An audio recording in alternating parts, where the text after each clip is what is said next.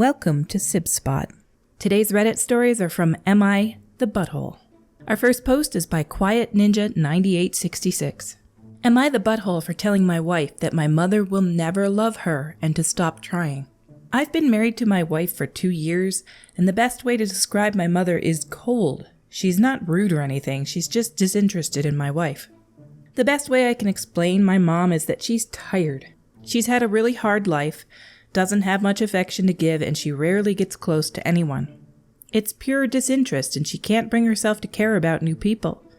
She's a retired old lady that just wants to sit on the front porch, not make small talk with people. I've explained this to my wife before and told my mother's story. We had a little get-together at my mom's house. My mom doesn't like it when people bring food. She works all day to make a spread, and it's like her thing. She just wants to provide for the guests. My wife came from work and she brought food, potato salad. I stopped her from bringing it in. The whole night she is just bothering her when she was on the porch, asking her if she wants to go on a shopping trip. When my mom asks for some quiet time, she still talks on. When I was walking by, she asked me to take my wife away from her. This made my wife upset, but I did it since I could see my mom was getting close to the end of her rope. We had a talk in the car about what that was all about, and she just wants to be loved by her mother-in-law. She is being nice, so she just doesn't get why she doesn't like her. I told her my mother will never love her and to just stop. What she is doing is actively making her dislike you and to leave the woman alone. She called me a jerk and hasn't spoken to me since. Edit was told to include this comment from an info comment. Most of the time, if people join her on the porch, it's very little small talk or just join her watching the garden. She doesn't care how loud they are in the house or anything like that. She likes watching others having a good time, more of an observer than anything. She asked for quiet with my wife since she was just going out for a while. My sister was out there and told me my mom tried politer ways to ask for her to be quiet and it didn't work. Also, the direct request didn't work with my wife and she just kept going. She just likes peace and quiet.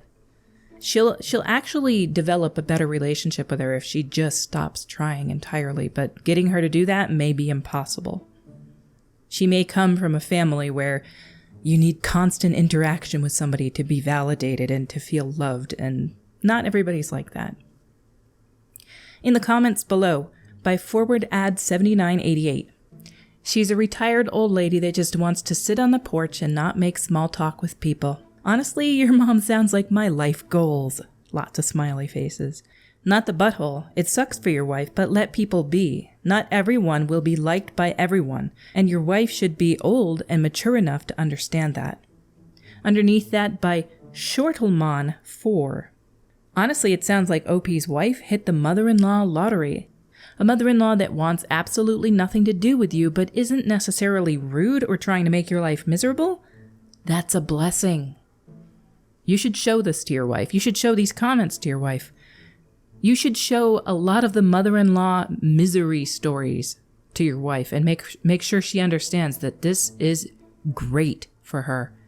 She can love you, be with you, and spend time with you, and she doesn't even have to include your mother-in-law at all or do anything for her. And she can just drop comments on occasion and say, if you need help with anything, I'm here if you need me. That's it. Nothing more. Way down underneath that, by Perfect Pomelo 3. Someone cooking for me and then wanting to sit quietly on a porch together sounds so nice. I want to marry into that family.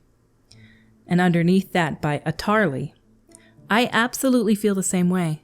It's like all the extroverts in the comments are super triggered that there's people who want friends and family around but don't want incessant small talk. I don't think they realize how cruel it is to say, well, if she doesn't bow down to the daughter-in-law's constant chatter, she should just be entirely alone forever. As if number of words spoken to each other determine the quality of the relationship. She should just leave her be, and that's the best way to earn her love. Treat her son well, and leave her be, and that's it. Our next story is by Fine Hotel 4950. Am I the butthole for saying I don't like my friend's boyfriend, which caused him to lose a job opportunity? I'm 27 and I have a friend, Natalie, who has a boyfriend, Jamie. Jamie is a complete jerk. He's one of those people who makes below-the-belt jokes and then calls you sensitive if you don't find it funny. In the 18 months I've known him, he has called Natalie fat, average, boring to her face many times to count. He has called many of our mutual friends rude and demeaning things and has purposefully antagonized me on many occasions. We all put up with him because if we don't, we'd never see Natalie, but he is really the butt of every joke and a walking cliche. My roommate, Harry, recently had a job come up in his company that Natalie asked him to interview Jamie for. Harry is part of our wider friendship group. His friend is dating one of the girls in our group and has met Jamie but not really spent much time with him, so thought he was an alright guy. I decided to keep out of it because I know Jamie has been unemployed for a while and it's really affected Natalie. However, when Harry mentioned he was going to do the interview at our apartment, he could see I was uncomfortable. I didn't mention anywhere near the extent of Jamie's behavior, just said he'd made a couple demeaning remarks to and about me and I wasn't overly keen on being around when he was. I told Harry not to do anything about this and he should hire the best person for the job. Harry went through the interview but made Jamie do a lot of prep work and a presentation to other employees, then made the interview extremely long for no reason. Then at the end he said he wasn't going to hire him. Jamie got mad at Natalie over it, and she got mad at me, saying I shouldn't have said anything about Jamie knowing how great the job would be and how hard it is to get a job in the field. On top of that, I should have been sensitive to his unemployment and that I'm ignorant to how difficult the job market is. She's now not speaking to me, and our friends are divided. Two think I shouldn't have said anything, because Jamie really needs the work and ultimately it would have been helping Natalie. One friend thinks it's fair that I expressed not wanting Jamie in my house and that I owed it to Harry to tell him because Jamie is an HR problem waiting to happen. On the one hand, yes, his off-the-clock behavior shouldn't cost Jamie a job, but on the other hand, why should I have to cover up for the way Jamie is? If I honestly make him look bad, then maybe that's his problem. Then again, I guess it was some pretty petty antics that had real-life consequences, so maybe I shouldn't have said anything. I'm not sure whether I should apologize. In the comments below is a little exchange that I thought one of them was kind of funny. SlightNail5869 says, "Not the butthole. Tell him it was only a joke and to stop being so sensitive." Bin10pack said, "Yep. Tell him the interviewer found him boring and average."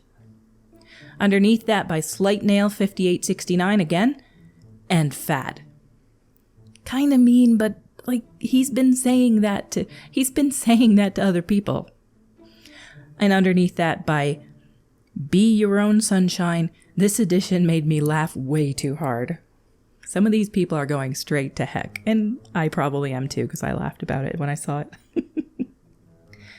I have mixed thoughts on this one because yes, it's important that they need to get the job, but I'm an honest person. If I really have problems with somebody, I'd probably say, maybe you shouldn't hire them. And some people appreciate that, and some people don't. I guess it depends on whether you're straightforward with people or not. Like, he should really have gotten this job. What if he causes problems? And you say, oh yeah, he's great, and then these problems arise, it looks badly on you in the long run. I don't know. I have mixed thoughts on it. Mixed feelings on it, I would say. Our next post is by Daddy Drank a Lot. I'm guessing this is a throwaway account because that's literally what this story is about. Am I the butthole for moving my alcoholic dad in with me to essentially drink himself to death? My siblings are understandably upset but have done very little to actually help since they've moved away. So obviously this is a screwed up situation all around. My dad is 58 and a severe alcoholic. I'm 22, I have a half-sister who's 45, and a full brother who's 24. They live in different states. I did not stay behind to care for my dad, but I've really been his only support system. He has been in and out of rehab, and he's been arrested for public intoxication, public indecency, DUI, well over 20 times, and numerous other things that would probably break the rules to talk about them. This has been going on as long as I can remember. He is destitute, malnourished, and has advanced ARD, alcohol-related dementia, which is worse when he doesn't drink. He can't work, drive, or care for himself in any meaningful way. I've been there for all of it while my siblings left a long time ago and have done nothing other than an occasional check. My sister arranged for him to be put in a long-term care facility. She was not paying for it, state-funded, fairly close to me. He was sober, but was caught several times stealing alcohol wipes to suck on them. I visited him twice, and it was like a horror show. I didn't realize places like this existed outside the movies. During one of his coherent moments, he begged me to take him out. I told him the second he had access to alcohol, he'd drink again. He said he knew, but he's ready to die and he's at peace with it. I talked it over with my husband and we hired a specialist to examine my dad, and he said if he drinks, he has maybe 6 months left. We did a quick remodel on our house so my dad will have easy access to a bathroom, and we said we will buy him a 30-pack of cheap beer a day and he can stay with us until he's gone. Yes, it sucks, but on one hand he has his family. He's not covered in bed bugs. He's clean and has entertainment. I'm guessing this facility had bed bugs. He's not stealing to fund his habit, and he's not bothering the public, and he won't get arrested. My siblings think that he was going to get better in the facility and think I've signed him up for a death sentence. I told them that they are welcome to move him into a facility closer to them so they can be the ones to visit him and see his food covered in roaches and his baths being wiped down with chemicals. My sister said she can't because of her reputation as a real estate agent. My stomach hurt. I laughed so hard. And my brother said he doesn't want his kids to see their grandpa like that. Both ridiculous excuses, but they insist on being angry with me when I'm the one who's borne all the stress and heartache of seeing this in person. To me, this allows a man who made some terrible choices in his life the ability to at least not linger in some hack hole for the next 10 years and die as crappy as he lived, but at least on his own terms. Am I the butthole? First, my stance, then a couple comments. I've been around people who drink way too much. You're quite a trooper for putting up with that, honestly. If he's happier, and it sounds like he would be better off there, this state-run facility that had bed bugs and all sorts of like cockroaches and stuff in it, that would be awful. So I couldn't do that, but more power to you if you can. I could not do that. I would have to find a different place for him, personally. I would be reporting this place to some sort of authority. Somebody would shut that place down. You can't have infestations like that and have people living there. Down in the comments, Sunshine Kitten Yes Yes says, "Not the butthole. You're showing a tremendous amount of compassion in his final stage. Your heart is warm and it's going to be really awful, but from the sounds of things, you're doing the best thing. Speak to a social worker where he's staying. Get some referrals for home help and home nursing. You'll find they're more than likely offer it for free from more than one place. Edit, I know because I'm going through this myself. I have no family around, and on Friday got the news that I've seen my last Christmas already. I do not fit the stereotypes on this one. My friends have no idea, and I plan to keep it that way. My worst fear is dying in a hospital.